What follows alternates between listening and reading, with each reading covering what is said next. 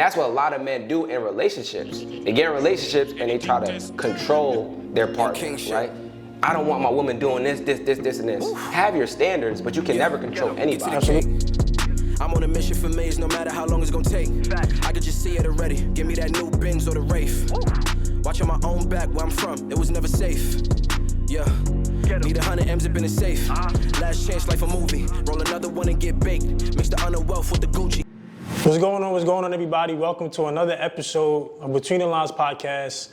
Super excited because today's guest is honestly, when I think of this individual, this is somebody who is very, inspirational in many ways, right? Not because of the value that he gives, but just simply because of his consistency, his work ethic. So, Kizzle, bro, I appreciate you taking time to, just come in and really just chop it up about many things. So before we kind of get into, the nitty gritty, just kind of, formally introduce yourself, talk a little bit about, just who you are, what you got going on, and then we're going to get right to it. To the episode, get right to it. My name is Kizzle, founder of Express Yourself Black Man. You already know that. Yep. So I am a mental health advocate, and what I do is basically advocate on behalf of Black men and our mental health because we don't have spaces and communities where we feel comfortable doing those things. So I got into it in 2017.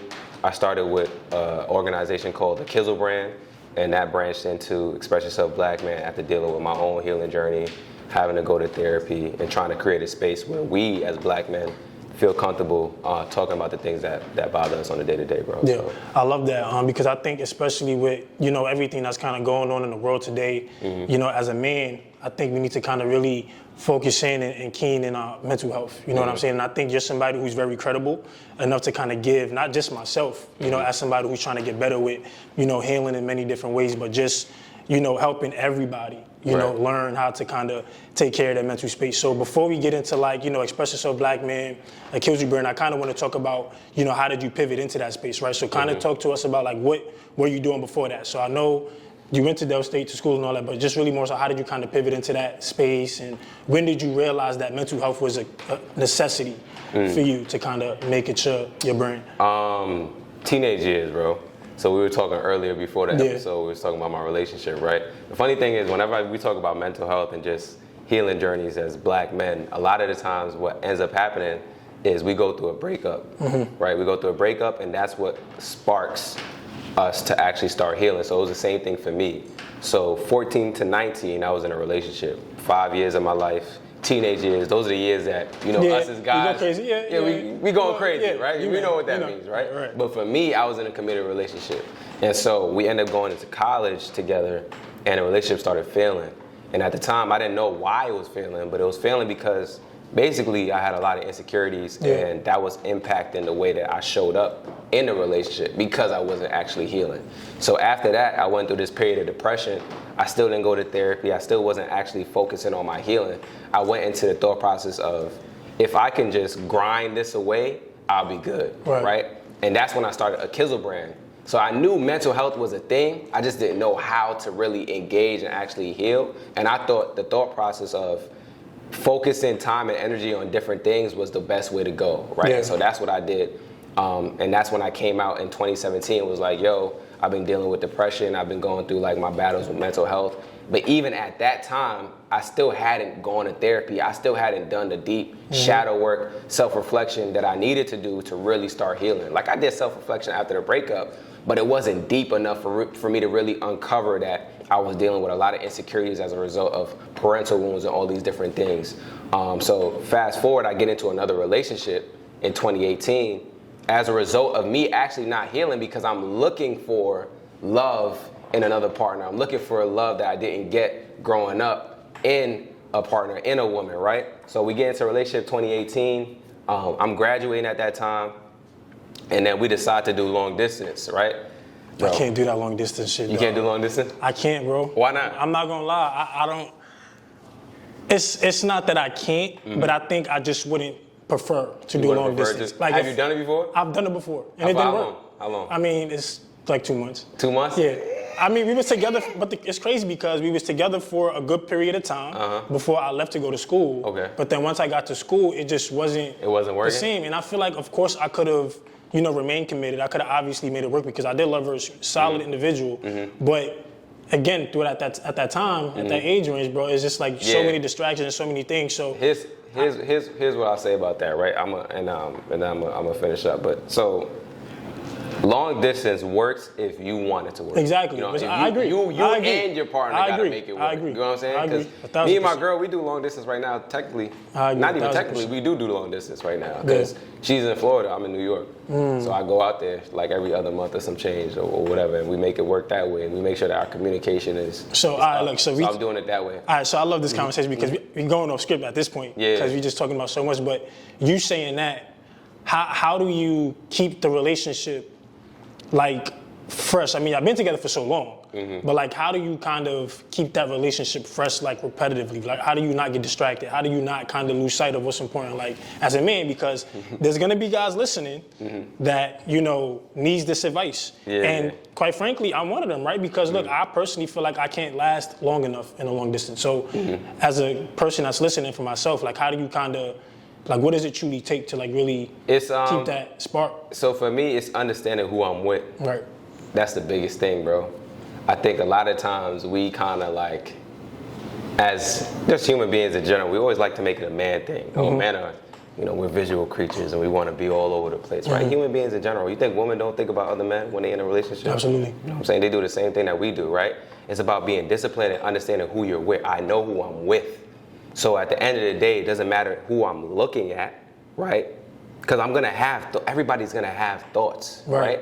But I understand who I'm with, and that's what I go back to. I think a lot of times we try to make it seem like being faithful is just like this accolade that only certain men hit, you know what I'm saying? And like they just are blessed with faithfulness and loyalty, and they just had these things ingrained in them. Realistically, it's a choice. It's a choice. It really is a choice. And you have to choose it actively, right? I'm not saying every day, some days are different, right? But you actively have to choose it. And I was talking to somebody about this the other day. I was like, yo, we were talking about just like infidelity, cheating. And I was like, bro, whenever you are at odds with your partner, things will be presented to you. Like what? Just options. Got you. People gonna be DMing you. I never get DMs on the page. You know what I'm saying? I don't. That never really happens because I set myself up in a way where people don't even feel comfortable doing that. Gotcha. Right? But when it does happen, something's going on in the relationship. You get what I'm saying? We may not be communicating the right way, or something may be going on, and then I peep it for what it is, and I understand. When I was younger, you know what I'm saying? I had to go through. I didn't just get here, you know? I had to go through certain things where I'm like, oh, and then I learned. I'm like, okay, now I get the cycles, and it's repeated. It's the same lesson. It's the same lesson over and over and over again. It's like, okay, when y'all at odds, certain things may be presented to you. It doesn't happen all the time, but things may be presented to you. And that's when you got to really be 10 toes down about who you're with. Absolutely. And understand. So that's what I'm saying to you is, for me, is like understanding who I'm with and where I want to go. Absolutely. And knowing that God placed her in my life to get us to where we need to get to. And that me being unfaithful, dabbling in all these other different things is not gonna help push me further into my purpose. So it's understanding who I'm with, but also understanding my purpose and what it is that I've been put on earth to do. And connecting those two things makes me understand, like, yo, it don't make sense to me for me to be out here choosing to be unfaithful. Because like we said, it's a choice. You either choose to be faithful or you don't. I love that. I love that, bro. And I think that's nothing but value. And, you know, we was kind of talking again a little bit before we started rolling and before we actually started shooting about, like, you know, that experience of, you know, the relationship that didn't work out in your favor. You spoke a little bit about not thinking that women can cheat. You know, since we're on the topic of relationships, you might as well just kind of talk about all of it now. So you go from speaking about someone that you're with right now, making it work, making a choice to obviously stay faithful, but let's talk about the trauma that you faced, you know, dealing with that hurt, you know what I mean, from your ex. So what was that like? And explain a little bit your concept of you didn't think women were cheaters, because, I mean, I always knew that women can cheat. You know, I always had, I mean, you know what I mean? But and it didn't take me getting cheated on for me to realize that. I just knew that men cheat, women cheat. We just do it on a more frequent and a more careless basis. But for you really, it seemed like you really thought women don't cheat. So explain to me, you know, what you was talking about, you know, a little bit earlier. Explain to us, like, how was that thought process for you? Like, so I've been in basically 2 relationships. So that's what I was telling you, right? I'm not 14 to 19, right? After that, then I hopped into another relationship. Then that's when I did the healing. Now I'm in, you know, the relationship I'm in now, right? So 14 to 19, when I was in that relationship, we were faithful to each other. Like, yeah, we had certain little things. I'm 14, so, you know, I see a girl and maybe I flirt, whatever the case may be, but I wasn't out here like, yo, what's up? Let's go chill in the crib. So that stuff that I went through where we were talking about like how I learned the lessons about being faithful, that's part of it. Like at an early age, I learned about certain things that happens in a relationship, right? But to get back to your question, so 14 to 19, when I'm in that first relationship, all of my basically like my developmental years, right? I'm learning that in a relationship, a woman is faithful to you, right? Even when I did all of that stuff, there was never any, you know what I'm saying? Right. There was never anything that happened. So in my thought process, I'm like, oh, this is how these things go. Like, Shorty's just gonna be faithful, right? Facts. You know what I'm saying? Not saying that I'm gonna be out here doing dirt, but I just automatically assume that women don't, right? So then when we broke up, I hop into another relationship, and then we get to a point where we're like, okay, you know, we're gonna be committed to each other. We're gonna do long distance. So at that point, I'm like, oh yeah, hell no, she's not about to. Long distance, man. You know what I'm saying? We did long distance, right? So at that point, I'm like, hell no, she's not about to do that. She committed to doing long distance, just like I committed to doing long distance, and we older. So I'm definitely not thinking anything's gonna happen. If anything, I thought things were gonna happen when I was younger in that first relationship, right? So, you know, fast forward, we 2018 to 2020. 2020 happens, pandemic happens, right? And during the pandemic, that's when she told me, like, yeah, you know, I ended up, you know, this ended up happening in Atlanta, right? So I don't even. Of course, Atlanta. Why I gotta be Atlanta? It always gotta be. It's always Atlanta, bro. I have a love-hate relationship with Atlanta. I got a lot of people that I do business with in Atlanta that I love. But I went to Atlanta one time and I was just like, damn, bro, this is the city that happened. You know what I'm saying? This is the city that happened. So I got a love-hate relationship with Atlanta though. But so yeah, that's how it ended up happening. The healing process after that, bro, was just understanding that, like I told you, bro, it's not. I think a lot of times as men, we put everybody in general, but especially us as men, right? We hold on to our ego. Yep. Like that is the most like that we need. Like we need it, right? And so when you get cheated on, it's like a shot to your ego. You know what I'm saying? It's like multiple shots to your ego. And you can't, like you were talking to me about like how I feel comfortable talking about it. It's because I understand that at the end of the day, first of all, it's not a personal attack against me. I understood that her cheating on me, even though she's cheating in a relationship with me, it's not a personal attack against me. I understood the context of how it happened, right? And understanding who she is as a person and what led up to that helped me to realize like, okay, this was self-sabotage in a sense. Because around that time, I was asking her real deep questions about where we going in this relationship. Right. And she wasn't able to answer that. But then that also gave her the thought process like, okay, he's serious. And certain people, when certain things get serious, they have to sabotage it because they can't deal with that. And once I was able to disconnect from the ego and actually look at the situation for what it was, I was able to really realize like this wasn't personal against me. This is just her. And this is a pattern that she has in her life. Why would it be any different in a relationship? And even to add on to that, if I had done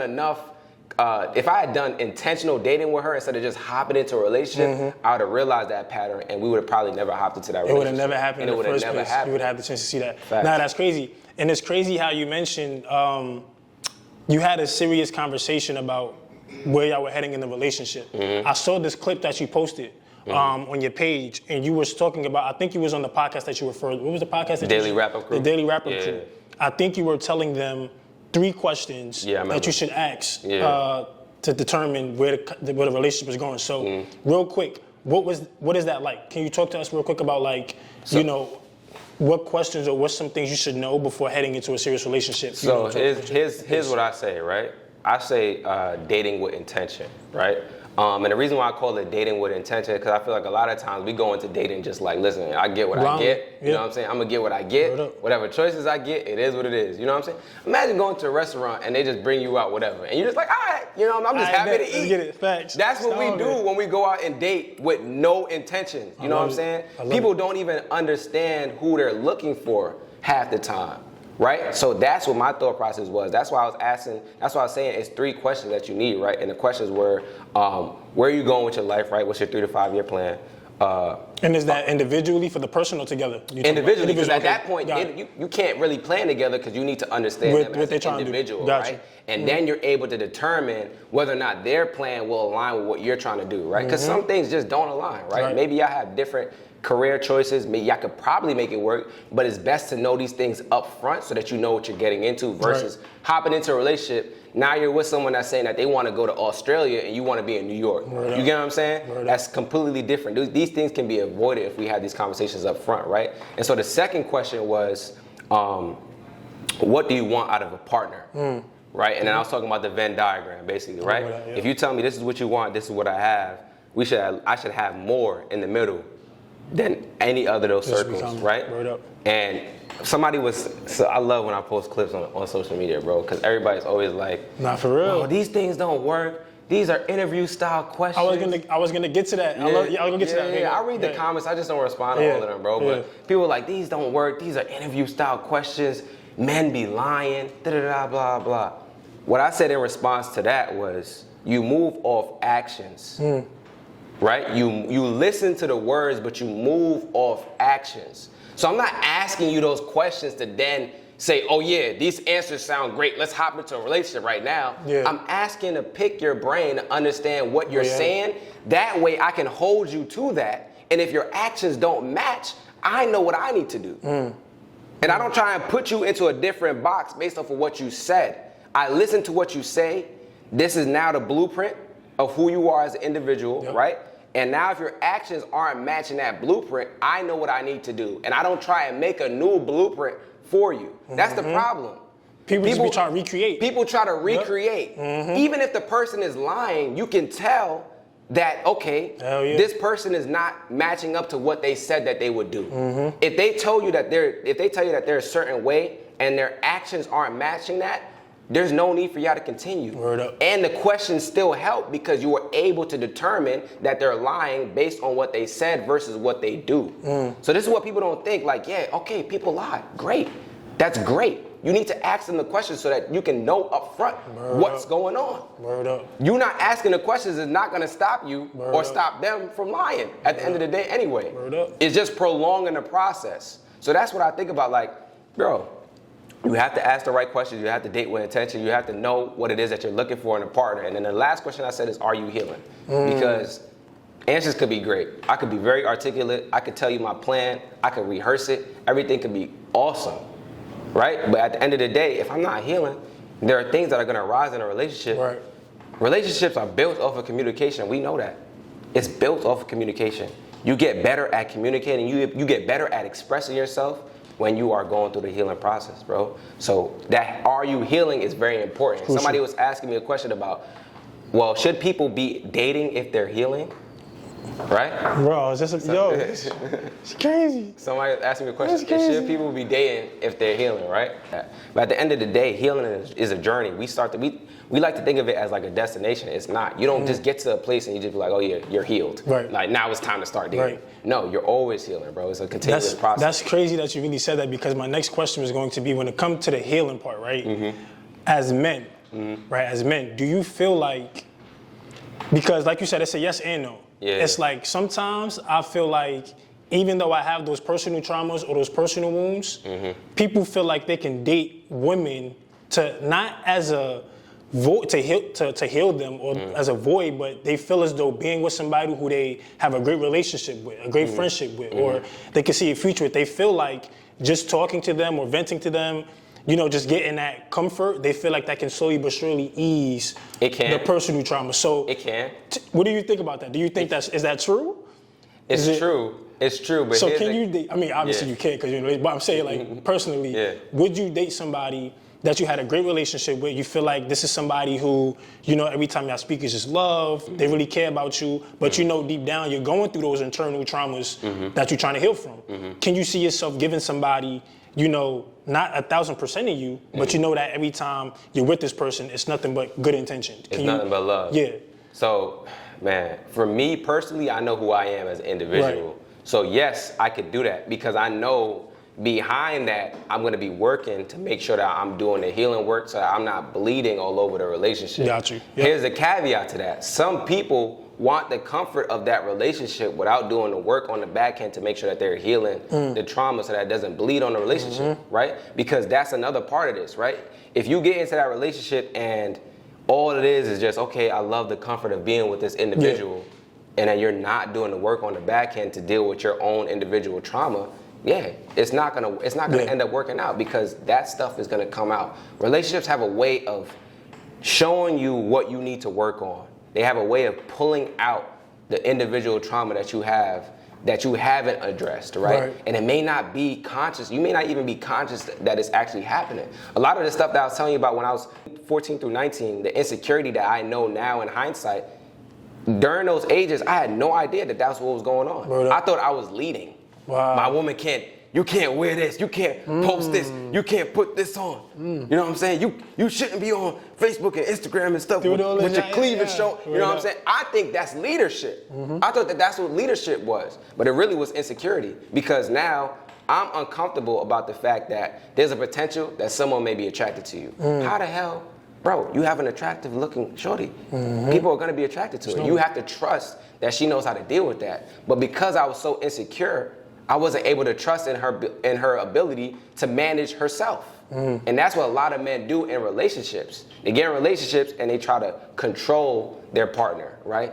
I don't want my woman doing this, and this. Have your standards, but you can never control anybody. Absolutely. Right? And when you get into that bag of, I want to control this person, I want to make sure they don't do that, you've already failed at building a healthy foundation of your relationship, because everybody, like your relationship, your partner should have individual autonomy. They should be able to do what they want to do and be able to choose you every single time. Like we said, it's a choice. That word again. Being faithful is a choice. Being in a relationship is a choice. They should be choosing to make sure that they're respecting your boundaries and your standards. It shouldn't be out of control or out of fear. It should be out of choice. So anything I say that my girl does is because she chooses to do it. And that she loves doing it. We reciprocate that. I reciprocate that energy. So do you think that come from do you think they always come from insecurity though? Like, I mean, obviously it's a good conversation. No. It doesn't always come from insecurity.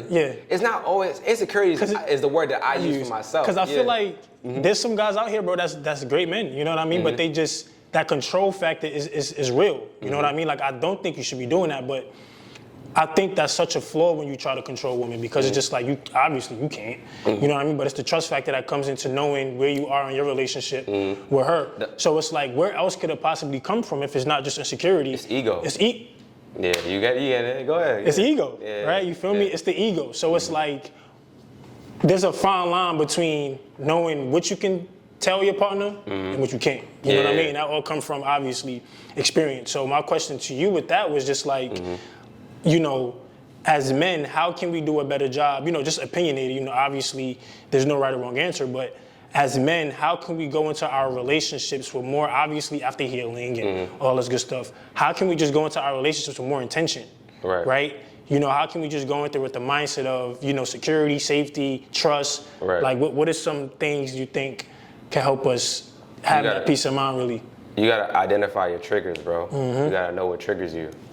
And I'm very aware of what triggers me. You know what I'm saying? So give me one thing that triggers you. One thing that triggers you? So my girl's Caribbean. She likes dancing. You know what I'm saying? So you know what I'm doing. You know what I'm saying? Okay. When she goes to parties, she wants to dance, right? And she's not necessarily like gonna be dancing on a lot of different people, but she attracts a lot of attention. She's gonna dance in the middle of the party. She is, she's just gonna do it. You know her. You know. Shout out to you, Naima. Yeah, she's just gonna do that, right? I'm very introverted. I don't like being in the mix. I could do this, you know what I'm saying? But I don't like, once we get to like 50 plus people, I'm like, it's just like, it's too much, I'm good. You know, I just want to be ducked off in the back, right?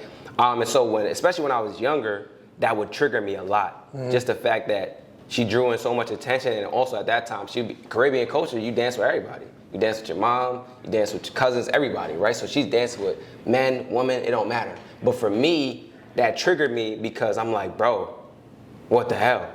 These dudes could potentially want you and want to be doing stuff and all these different things. And again, I didn't trust her to be able to deal with that, right? So understanding that it's not about controlling, it's about expressing, right? And you express it healthily, right? And this is what it is, right? We can have a conversation about, yo, you know, I don't really feel comfortable with you dancing with a bunch of different men at parties, right? And she can be receptive to that and understand where I'm coming from versus, I don't want you dancing with men at parties. Like, that's just a no. No, You know what I'm saying? Like, what the heck? There's no room for conversation. Now, in contrary, what if they're not receptive though? Does that cause friction in a relationship? It does. Okay. It does, but that's healthy friction. Healthy conflict. That needs to come out. Great. Versus Great. it happening, and then now you're having an argument, but you didn't even voice your concerns beforehand. You get what I'm saying? Yep, absolutely. Friction is gonna happen. I'm not gonna always agree with her thought process on things, just like she's not always gonna agree with my thought process on things. Friction is going to happen. It's inevitable. It's how y'all deal with it that matters, right? And most of the times in a compromise, a good compromise, both parties lose. It's about knowing what you're comfortable with giving up, right? So for me, I'm comfortable giving up the fact that we're gonna go to. So here's our compromise, right? I'm gonna give you my compromise for that situation, right? Do it, yeah. So we go to parties together. Okay. Right? I deal with that social anxiety, so sometimes I don't like going to parties, and that's what it was for her when we was younger, right? We would go to parties, she would go to parties by herself. And then now I'm stuck in the crib. Not only am I dealing with the social anxiety, but I'm also dealing with the insecurity about her being at a party by herself, dancing with potentially a bunch of different people, right? So now the thought process is, hey, you come to the party with me, I'm gonna be dancing on you. I'm gonna still be doing my thing, dancing in the middle and all that different kind of stuff, but I'm gonna be dancing with you for the main part, right? And me being able to express how I felt about that gave her the opportunity to also express where that comes from versus, no, don't do that. Because now that I've told her what it is, she told me what she's actually doing it for and what she's looking for. And I'm able to understand, okay, you really just like dancing. Yeah. That's just a thing for you. And you really would prefer to dance with me. But the reason why you never did that is because I never went out. I love that. And I would have never known if I just told you don't do that. I love that. You get what I'm saying? So that's a gap. That's healthy friction. That's how that happens. I compromise by giving up a little bit, by going to the parties. I know some people like compromise by going to a party. For me, that's a compromise. That's a compromise. I don't like going to parties, right? For her, she compromises by not dancing with everybody, right? Not going too out, not wilding out too much, right? So that's how it works, bro. And that's important for in a relationship. You got to express those things so that y'all can come to those healthy compromises, right? I love that. I feel like we could talk about, for the sake of time, we could talk about relationships forever, but that's another, we'll get to that in the future. But I kind of want to backtrack a little bit and really dive into why I wanted to bring you on, man. And that's really just to talk to the male population, everybody specifically, but just really more so men, black men, just about our well-being. You know what I mean? Again, you have a huge following on Instagram, social media. You've created a space for men to be able to relate, understand that it's okay to struggle. It's okay to not be okay. It's okay to not be, so prideful and egotistical. So I definitely want to get into just start off with the Kizzle brand, right? A Kizzle brand. Right? Yeah. Start off with that. So what was the vision behind that brand, and how did it become Express Yourself Black Man? How did it pivot? Yeah, a Kizzle brand is an organization raising awareness for depression and helping people through difficult times, right? So that's the mission statement behind a Kizzle brand. And so what I was doing with that was basically, we go out to different organizations, we go out to different schools, and I would give talks, workshops to just kids. We would talk about how to stay motivated, how to pursue your dreams, how to tie a tie, business etiquette. Whatever I could get in there, I would try and get into it. Because my thought process was, I want to be able to pass down information that I wish I had at their age. So we talk to kids from the ages of 5 all the way up to 18.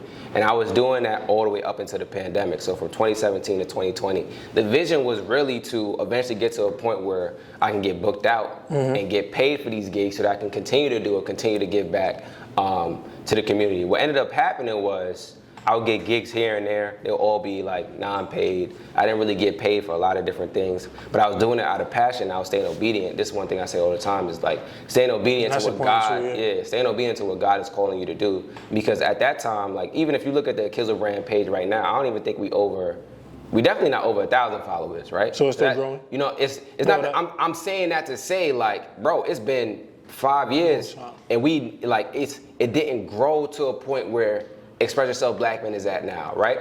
In the 3 years that I did it, it never really took off. It never went viral, but I was doing it because I knew that that's what God was calling me to do, right? So then 2018, I get in that relationship, ended up getting cheated on.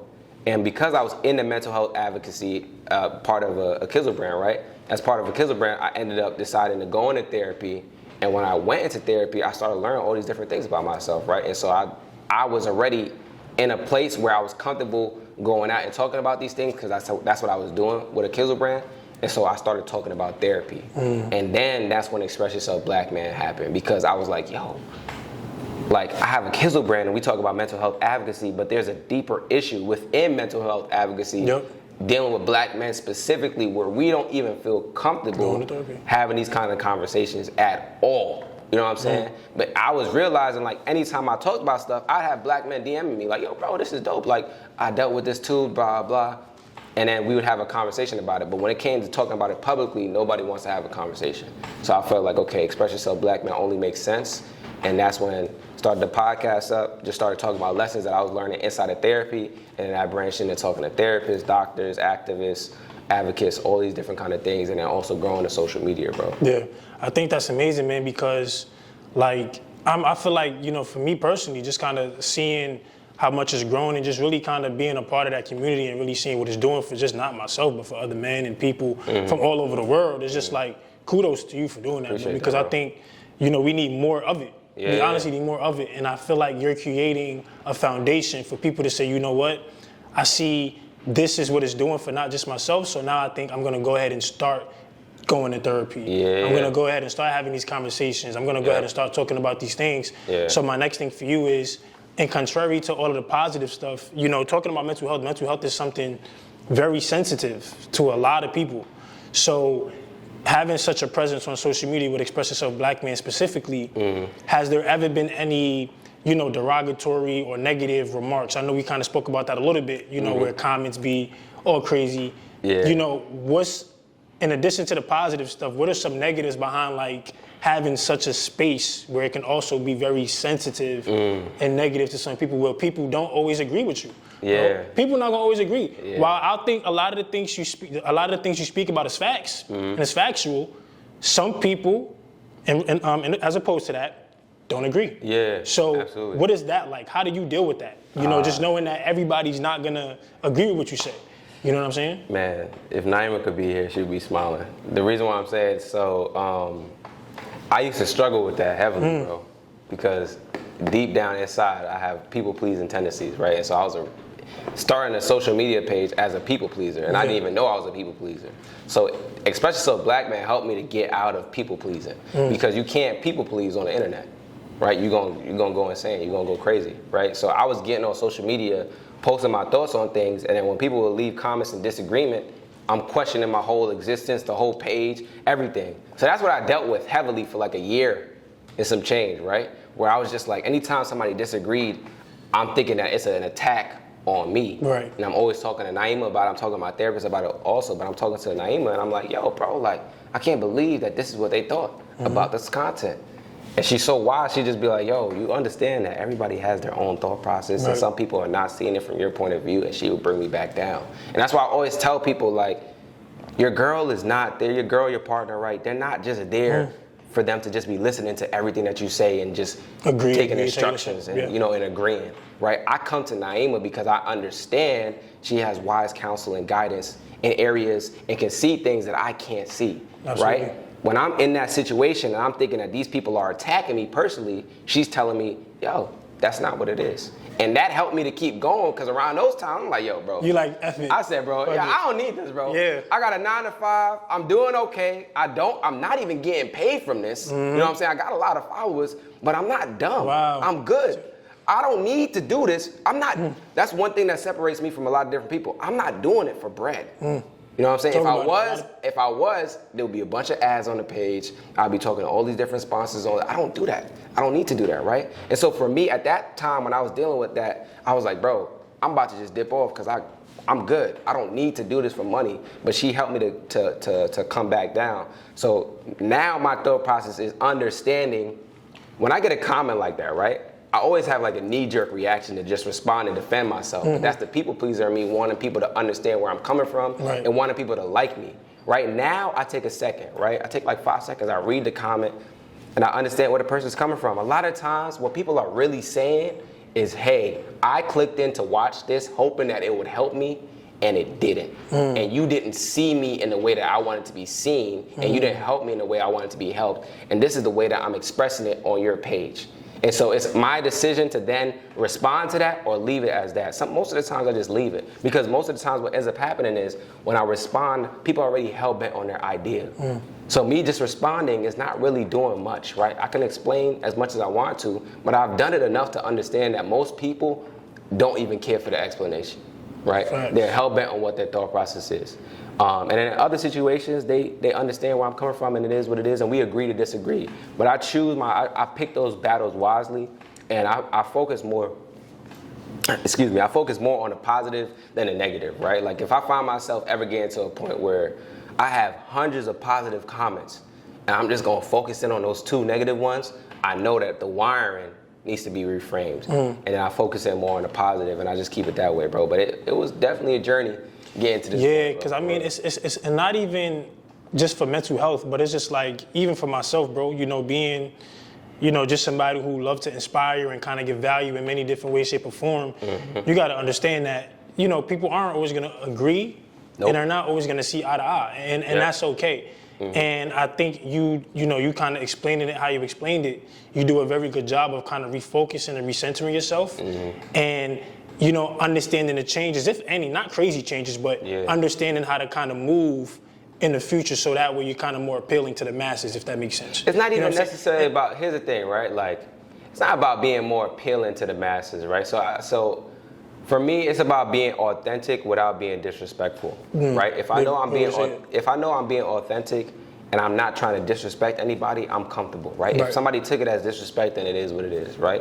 There's certain situations in which I'll explain a little bit more, but most of the times I don't, because I know what my intention was when I put the content out.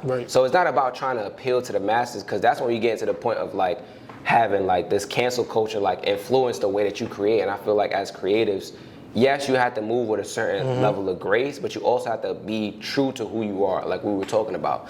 I don't go on podcasts and say outlandish stuff for views. I say what I believe in, what I feel like is gonna help people, and if that does get a lot of engagement, then great. But if it doesn't, then that's fine too, because I have to, at the end of the day, that's how I'm morally wired. I have to do things with integrity. I can't do something that I feel like doesn't fit and match who I am as a person for profit or gain. That's just never who I've been, right? And so I do things to be authentic. I don't try and appeal to the masses, but if people do like and value what it is that I put out, I hope that they join the community, and that's what it is, and that's how we go, bro. But I love that. Yeah, it's not about appealing to a bunch of different people and appealing to the masses, bro, because at that point, you're not being true to who you are. Yeah, when I say appealing to the masses, it's not more so on changing your beliefs or like the content that you put out. But maybe your tone and your delivery. Yeah, I just meant it more so on the way you deliver what you say, you know what I mean, and the message that you kind of give. So I don't mean, okay, you know what, let me just switch up how I post now because people don't like it, so let me just appeal.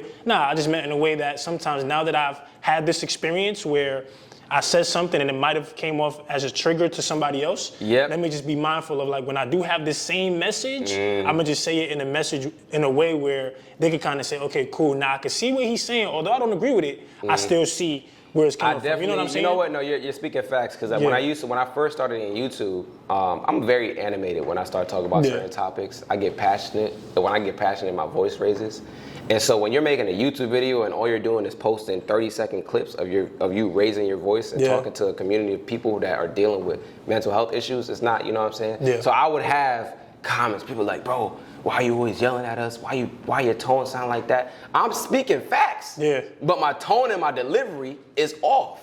So people are uncomfortable with that, right? There's certain creators that dive deeper into that and they'll go straight with that, but I have to realize the audience that I have. If I want to reach people, if I want to make sure that I'm helping people, I have to manage my tone. That's not changing who I am. That's understanding my audience and understanding that in order to make sure I'm helping the most people, I have to make sure I'm delivering it with a certain level of grace. I can't just be, I can't be harsh. I can't give straight up just harsh advice all the time. That's how I talk to my bros though. That's what people don't understand. The Kizzle on the page and the Kizzle behind the scenes is different. When I'm talking to my bros, I don't gotta, bro, give yourself grace. I do that when I need to, but most of the time I'm like, yo, bro, get it together, bro. I've been hearing grace so much. Grace. I'm like, bro, get it together, bro.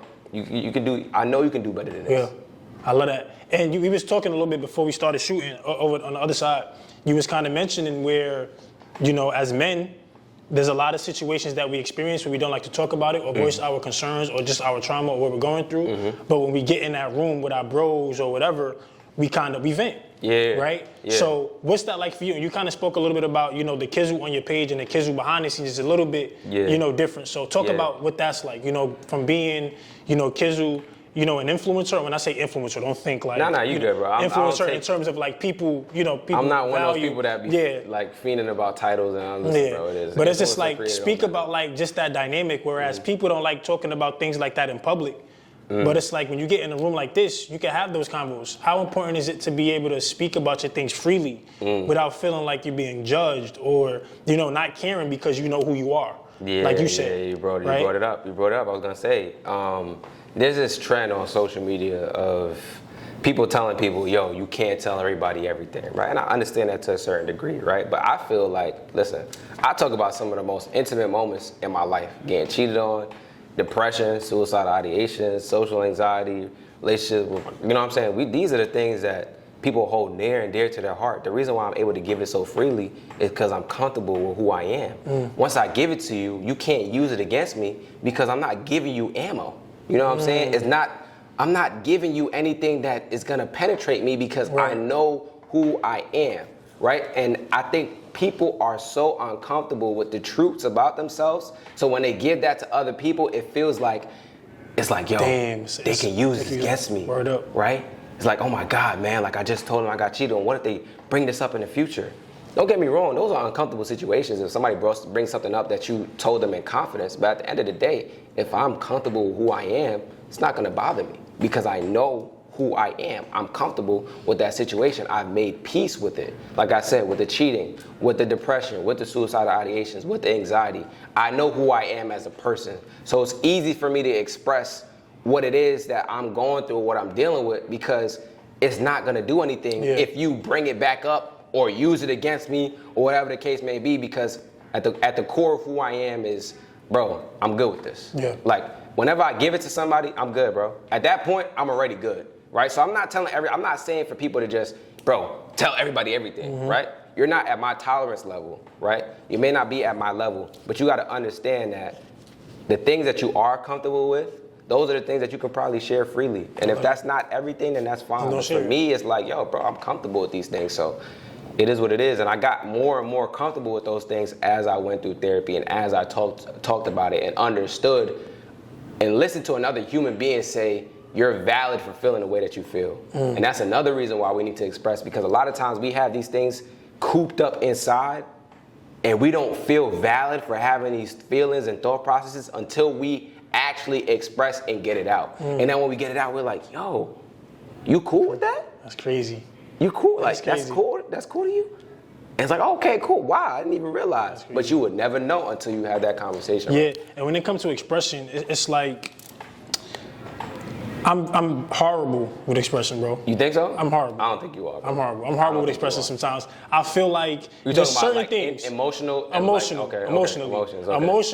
I'm terrible with like expressing my feelings because I just feel like, I don't know. I feel like I'm not at the point where, it's like I know who I am, but it's like I'm not at the point where it's like if you bring it up. You're not at the point where you're comfortable telling people who you are. Yeah, because it's just like, it's a process you go through. It's crazy. So it's like when you say that, it's like, damn, now I'm thinking about ways that I could kind of improve in that area because I see how peaceful that is. It is very peaceful, you know what I'm saying? bro. I see how peaceful that is. So it's like, yo, I really, like, that's a great way to, like, really, it's a great thing to start practicing. To get that, to start expressing more and really become more comfortable. The way that you get there, bro, is one thing at a time, bro. One of those truths at a time, bro. You ain't gotta go all. It ain't even nothing crazy. It's just like little stuff, like, but it's just like, damn. It's like, it really ain't as big of a deal that I might think it is, but it's just because of how I am, bro. I'm just like very. It's something that you hold near and dear to your heart. That's you. It is what it is. That's crazy. You do one thing at a time. You in therapy right now or no? No. I was going to talk about therapy in a second, but nah, I'm not in therapy. And I think therapy is very important. Yeah, it will really help you, bro. It will help you, I'm telling you, bro. We'll talk about that another thing. But how did you get into, to kind of, move on a little bit, how did you get into a black man safe haven? So you got Express Yourself Black Man. Talk to me a little bit about a black man safe haven now. So where you have Express Yourself Black Men, although it's still kind of for, black males, I still feel like a lot of women and men, take that advice that you give. But a black man safe haven, is it's a community specifically for males to be a part of that. So what is that, and like how did you come up with that idea? So so what I realized is that we all, it's interesting, man. Once you start creating, you gonna like. I thought that I was getting on social media to get rid of my 9-to-5, but I just realized I just traded in a new 9-to-5. I just traded a new 9-to-5, bro. That's hard. Social media is the new 9-to-5. It really is, though. And they try to make it seem like it's this sexy thing. You know what I'm saying? Yes. It's another 9-to-5, bro. All the creators that you see, most of the creators that you see are on the clock. Not the physical clock that they have at a job, but you got a clock for social media. You got to post at certain times. That's a 9-to-5. You got to post at 12. You got to post at 9. You got to post at 6. You don't have control over your time, right? And so once I started realizing that, I said, oh, hell no. I'm not about to get 10 years deep into this. He said, hell no. Nah, seriously, I'm not about to get 10 years deep into this and start hating my life. I feel that. You know what I'm saying? And then create this thing that people are dependent on, so I feel like I can't stop. So once I realized, like, okay, I'm trading into a new 9-to-5, I had to realize how to get out of that. And the way to get out of that is ownership, right? So Safe Haven is the first phase. Safe Haven is the first step of that ownership, right? It's a full plan to get into a point where I have complete ownership over the platform, and I don't have to be on social media, and I have control over my time. And so what it really is the holistic healing platform for Black men. It's a platform that we own. We own the content on there. We post whenever we want, and all the men in there feel comfortable expressing how they feel because it's not on Instagram. It's not in Instagram comments. It's not getting out of Safe Haven unless you have given permission for it to get out of Safe Haven. And on top of that, we don't have algorithms where certain things aren't gonna be seen and you can't talk about certain things and you can't feel comfortable sharing certain things. You can do all of that inside of Safe Haven because we own the platform, right? And that's what I realized. The game is to have ownership. When you don't have ownership over stuff, you will always be clocking in to somebody else. And I don't wanna clock in anymore. Part of the reason why I'm doing social media is so that I don't have to continue to clock in, bro. So Safe Haven is part of that. The big real reason why I did it too is because I realized like Instagram ain't enough, bro. TikTok ain't enough, YouTube ain't enough, bro. We need more than that, right? And with Safe Haven, I've been able to leverage partnerships with organizations that provide low-cost therapy and then also the medical concierge service, right? So the low-cost therapy is $50 or less per session for people that are inside Safe Haven, right? And they get therapy sessions through that partnership. And on top of that, they have a medical concierge service where basically that service books doctor's appointments for them. It finds Black doctors in their area, can also take them to and from doctor's appointments, will pay for that, transportation, all that, and that's through partnerships. You can't really leverage partnerships like that on social media because you don't really have a way in which to facilitate the partnership. You don't have a way in which to reach your audience to make sure that they get these services and that you can communicate with them because social media isn't made in that way. They don't want you to build a real platform off of it. They want to build their platform through your audience. And I think we get that game messed up a lot of times. Like we accumulate all of these followers, all of this engagement, but we don't actually have ownership over that. Right. And so at the end of the day, we're still waiting and hoping that when we post a certain thing, it's gonna reach the right people and we're gonna be able to really impact them. But you don't really know for sure because at the end of the day, it's up to Instagram, TikTok, YouTube, Facebook, whoever it is, right? Sure. And so Safe Haven is the way out of that. Once you have ownership over your audience, you can do whatever you need to do, right? As long as it, matches up with what you're trying to do in terms of the mission of your overall company. So for me, Safe Haven is that, and it's basically getting to a point where we have complete ownership over the platform while still operating out of integrity and helping people, which is the reason why we started Express Yourself Black Man in the first place. Yeah. I think that's super dope, just kind of having that ownership aspect because, like you said, ownership is important nowadays, especially with the way the world is just moving, right? With money, inflation, it's just crazy. You need stuff that's literally yours. Right. And I was kind of doing some, and this is a little bit off topic, but I was doing some research. Matter of fact, before I get to that, I want to ask you this question. When it comes to like your mental health, information that you give, like your videos or the gems that you give, do you actually study these things? Are you getting this information from your therapist? Like, how are you so knowledgeable with the information? Like, how can I be somebody who, I go to your page, I see that you have thousands of followers, but how do I trust the information that you're giving me? That's a great question. So it's a mixture of all three of those things. It's a mixture of conversations with my therapist. It's a mixture of conversations with therapists in the community, right? And there's also research that I've done on my own, and then also my personal experiences, right? So here's the thing, right? I never go on a page and say, this is exactly what you should do, and this is the outcome that you'll get, right? I'll say, here's how you get over social anxiety. Here's how you get over this, blah, blah, blah, right? And I'm coming from my perspective, right? Things that work for me. Most of the time, people don't realize therapists are doing this. Therapists do this, right? This is what they do. This is what they have to do, right? They are speaking from experience, whether it be experience that they've had with a bunch of different clients, or experience that they've had within themselves, or some research. Therapists do the same exact thing, right? So I'm doing that through the lens of an actual black man that's going through healing and trying to facilitate healing in others. And what I do is make sure that it's open enough for us to have conversations. There's a lot of therapists that follow me. There's a lot of therapists that will check me if anything comes on the page that they're like, yo, bro, I don't agree with this. You know what I'm saying? That's the beauty of having an open community where mental health professionals are there. If there's anything that I ever say that they're like, yo, bro, this is problematic, it's gonna be in the comments. Trust and believe me. I know there's certain people that are probably waiting. You know what I'm saying? So with that being said, like, I speak from experience, and I don't speak to be correct. I speak to help. I love it. And create conversation, right? Because when you share to your audience and y'all start talking about these things, now y'all can create solutions that work for y'all. Because mental health and these issues that we deal with aren't one size fit all solution. I'm gonna give you what works for me in hopes that you can take bits and pieces and develop your own plan that works for you. And that's the same thing your therapist is gonna do. They're gonna give you advice, they're gonna give you information, but at the end of the day, you have to craft a solution that works for you, because you are ultimately, you know you best. And any therapist will tell you that. The therapists are experts, but they're not experts on you. You're the expert of yourself, right? So because I'm an expert on myself, I'm able to articulate what works for me. And because also I'm the average black man, it's most likely gonna work for you. And if it doesn't, it probably won't be too far off. I love it. I love that, bro. I love that, the responses. And I love the accountability you taking that too. It's just like, you speak not to be correct, but you just speak to kind of help people. Yeah, absolutely. I think that's good.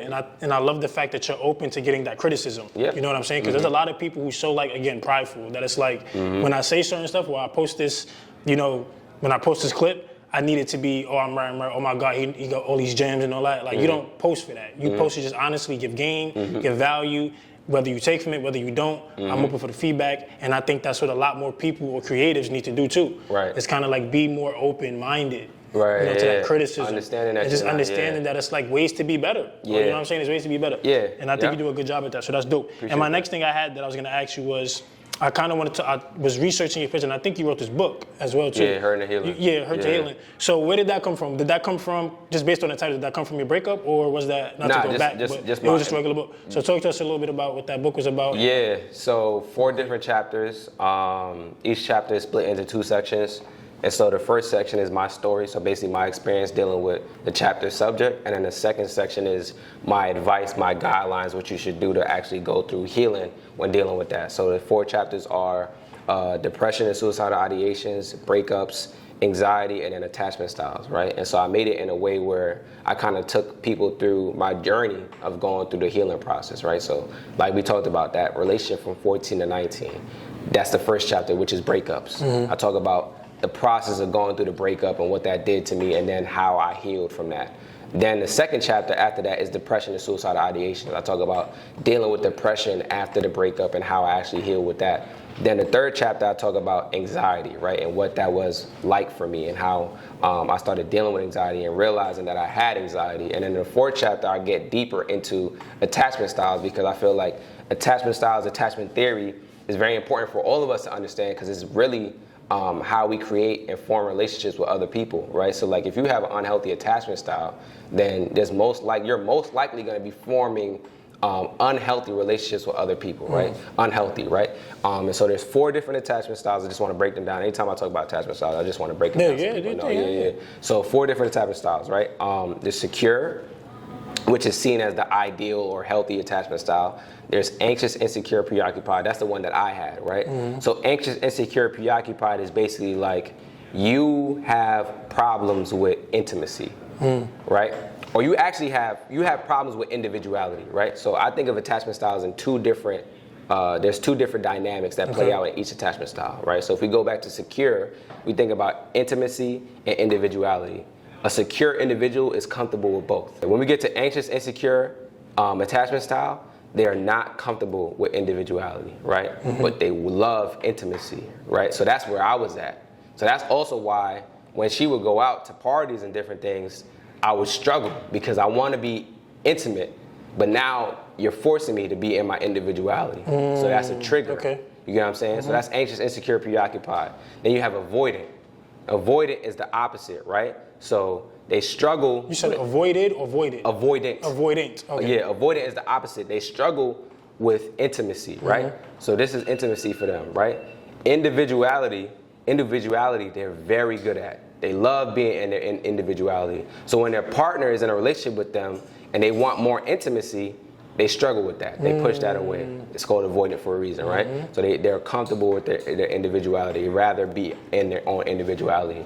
And then you have disorganized attachment style, right? It's disorganized. And basically that's like a mixture of avoidant and anxious. So they basically live in like a contradictory state where they're like going back and forth, where they struggle with intimacy, but they also struggle with individuality. So when they're in the individuality, they're like, damn, I need to get closer to my partner. I need to be I need to be intimate with them. But when they're intimate, they're like, damn, maybe I shouldn't be on them like this. Maybe I should push off. And all of these attachment styles come from our relationships with our parents and things that happened when we were growing up. So I wrote about all of that in the book and like how to heal and how to go through that process. What was that? Important. What was that writing process like though? Like just kind of putting it together. The beautiful thing about that, bro, is that I write so much content that the book ended up being a lot of like 80% content that I already made and like maybe 20% of stuff that I had to add in from like research and stuff like that. So I had content that spoke to most of those things, like how to deal with a breakup, how to deal with suicidal ideations and depression. And I also had content. The only thing that I really need to do around that time was like learn more about anxiety, how it affects us, and then like things that I did that worked for me with dealing with my anxiety, like meditation, journaling, that kind of stuff. And so for me, the process took about like 3 months. If I was to write an ebook now, it probably would take way less time than that because I found a better process of doing it. But around that time, I was just writing it out myself through Google Docs and just taking time when I had time to write it out. But now, if I were to do it, I would use a transcriber, something that you can speak to that writes for you. And then I would have somebody actually like take that and then write it up and then proofread it and make sure that it looks good so that I can use my time. Yeah. That's dope. And we almost be about to wrap up shortly. Got a few more things. So I'm gonna say these things, like I'm gonna just say, like, whether it be a word or just a phrase, and I just want you to just, first thing that come to your mind, just like give a response to what you think about it. You about to get me in trouble? No, hell no, nah. It's regular, just stuff, just black men that we come in this face. So the first thing I want you to just kind of just talk about, just give a gem, and just think of it on a generic level. Don't think about relations, just. I'm gonna give you the first thing that comes to my mind. Yeah, regular stuff. Yeah. So, black men going to therapy. Dope. Okay. Yeah, we need to. We need to. We got to. Okay, cool. We have to. Everybody needs a therapist. Everybody needs therapy. Cool. Black men being more forgiving to themselves, meaning grace. Absolutely essential, bro. Absolutely essential. Because here's the thing, right? We all go through things that we're not proud of, and things that we've done and mistakes that we had. And when we hold on to those mistakes, it's hard for us to move forward, right? You get stuck in your past identity, right? Because it's like, damn, man, like, am I still that person or am I this person that I want to be, right? And forgiveness allows you to let go. It doesn't mean that you're not accountable for what you've done. It just means that you're able to move into the new season that you have for yourself and you're able to grow, right? You allow yourself to grow when you forgive yourself. So yeah, it's essential, bro. We need Love that. Pride. Let it go. I love that. Let it go. Whoa. Let Pride. it go, bro. Ego. It's because ego can be a good or bad thing. Yeah. So that's what I would say. It's not serving you to dip into it too much, right? Because here's the thing, right? Ego has a way of showing itself in certain situations when it doesn't need to be there. And that can be detrimental to relationships, just your life in general. So understand your ego when it's showing up and let go of it, just like with your pride, because pride and ego are somewhat the same, or they kind of like, they're along the same lines, right? So just like with your pride, you have to learn how to let go of it. And when you should be able to kind of receive from other people and from other sources, right? So for me, like my ego is there, it's important, But I also know when to let go of it and when to not make it about me, man. Like, because sometimes it's just really not about me. And when you have a page on social media, you got to understand there's 60,000 other people that are dealing with things, and most of the times their response to you isn't about you. So learn how to let go of it. Understand it, but learn how to let go of it when necessary. I love that. And last one, black men, it's okay to cry. We got it, bro. Bro, we gotta cry, bro. You know what's interesting, bro? I be crying just like randomly. Like just like random. Like sometimes when it's like, when I know I'm going through a lot, I know I'm going through a lot of stress or something, bro, I'll put on a movie. I'm like, yeah, this movie about to do it. You know what I'm saying? Like, one of those movies is 7 Pounds. You ever watch that? I watched 7 Pounds, yeah. 7 That's a great movie. will do it. That's a great movie. And I've never watched it again. Watch that movie if you haven't. It's a great movie. I've never watched it again since the first time I watched it because that's how deep it was to me, It's a great movie. And the reason why I'm saying all this is because we hold in a lot when we try to hold in a cry. I think about it like holding in a fart, to be honest. I'm not gonna lie. I think about it like holding in a fart. You need to let that go, bro. Yeah. Like, you have to let it go, bro. It's essential for you. When you cry, you let go of, especially when you're crying because of dealing with emotions or a stressful situation, you let go of toxins through your tears. It's your body's way of rebalancing, right? And it gets you back to to being equal with yourself, basically, right? Centered, right? And so you have to be able to cry and let go of those things, right? But we were taught growing up, crying is a sign of weakness. You know what I'm saying? You pussy if you cry, basically, right? You crying, man, what's wrong with you? Like, bro, imagine somebody told you, whoa, you fart? Like, you'd be like, what the hell are you talking about? Normal, that's normal. That's where we need to get to. We're crying, bro. It's normal to cry. So when I need to, bro, I throw on a movie and I let some tears fly, bro. And after that, I always feel better. Anybody that cries regularly, which means maybe once every few months or whatever the case may be, understands that after they cry, they feel better, right? But as black men, we feel so uncomfortable just with the thought of just like, oh my God, man, I'm about to cry. Like, there's something wrong with me for crying. Like, nah, bro, let them tears fly, bro. I tell my bros all the time. Anytime they tell me they're going through something, like, bro, it's cool. Let those tears fly, bro. One of my mans just lost his godmother, and he hit me up randomly. He was just telling me about it.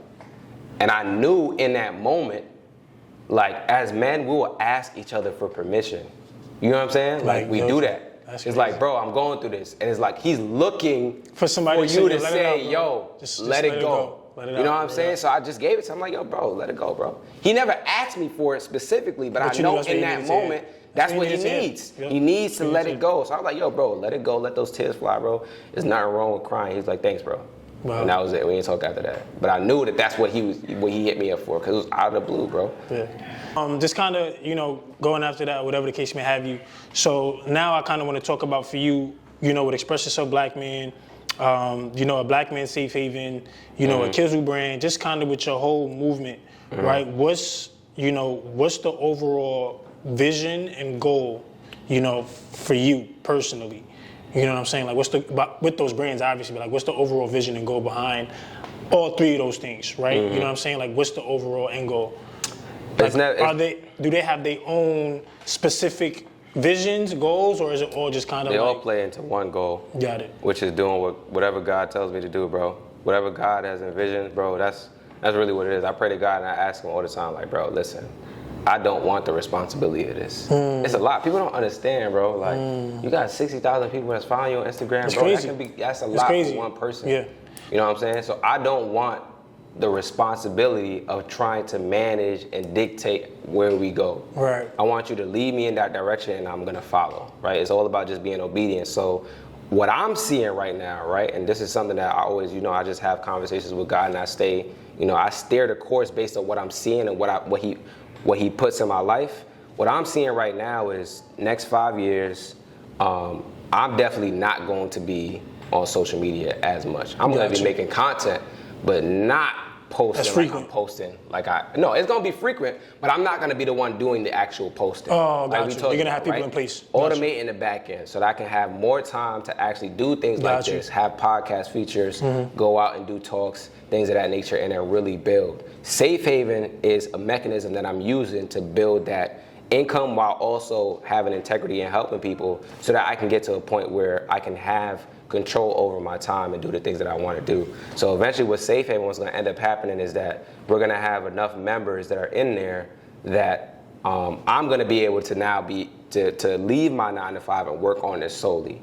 And those members will also be managing the members inside, right? So there's gonna be moderators, there's gonna be therapists in there, it's gonna be a lot of different things that are happening, webinars, weekly events that we still have to this day, right? So that's gonna get managed by itself, which will also give me time to do more of the reaching out and the impact. So in 5 years, bro, like, not gonna be working, not gonna have the 9 to 5. The page is definitely the platform, right? Because it's not even a page at this point, it's really a platform. It's gonna be definitely over 100,000 people through all social medias. Safe Haven's gonna have over 1,000 people, without a doubt. And the back end's gonna be automated. So it's really just gonna be me creating and then posting, having a team of people that I talk to that post on my behalf, and then also having therapists.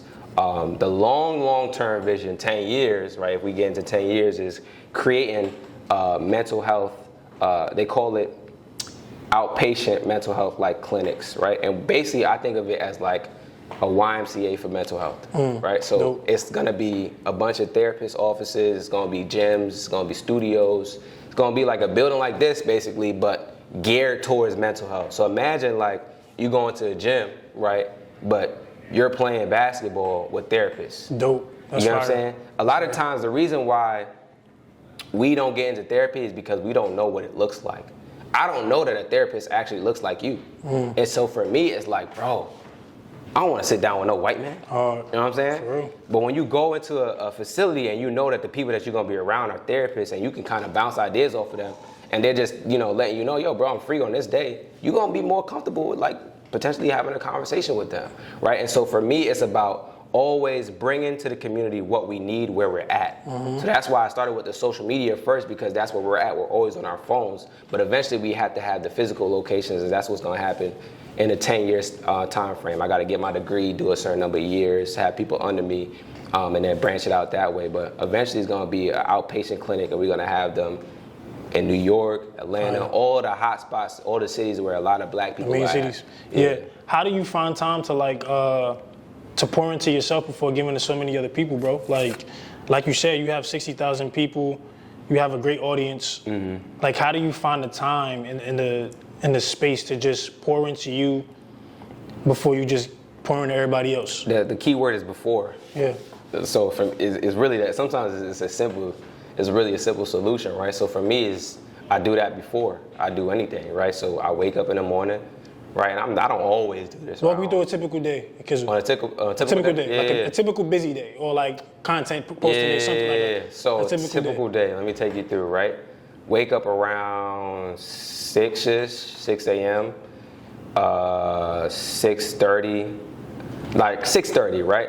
Around 6:50, I'm out the door. For work?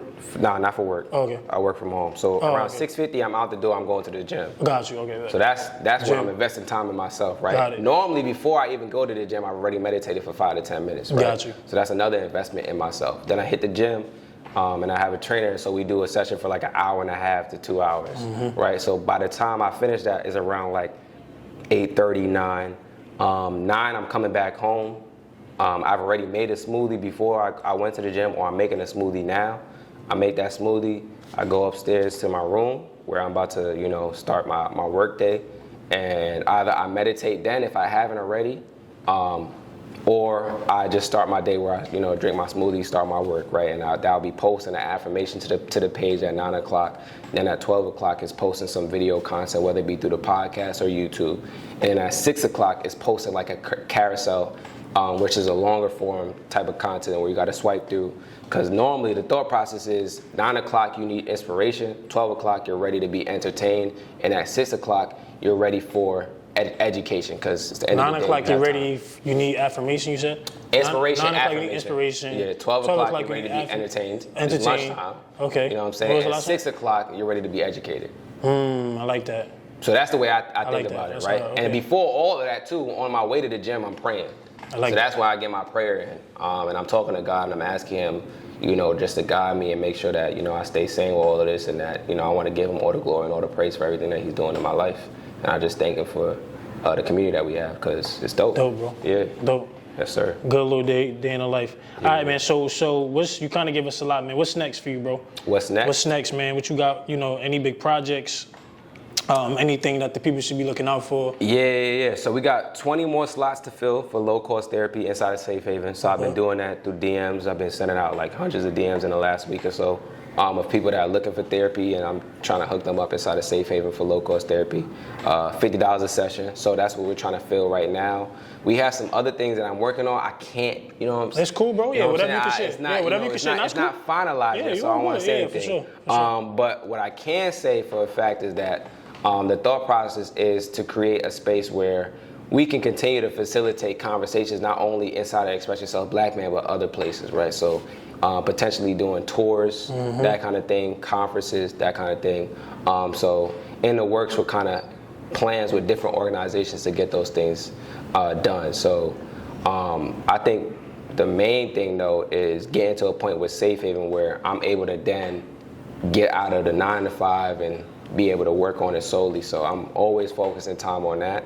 And then also branching out with the podcast, having bigger guests, you know, better topics, better content, all that kind of things, all that kind of stuff, and then also automate the back end. Because I think a lot of times, like we said, or like I talked about really, is like we think of social media as like the solution to the 9 to 5, right? I'm going to be a content creator, but we don't realize you clocking in again, right? And for me, getting out of that and having my time back is the way that I do that is by automating the back end, which is like figuring out how to get it to a point where we can kind of like automatically post after I create content. So I'm working a lot on that.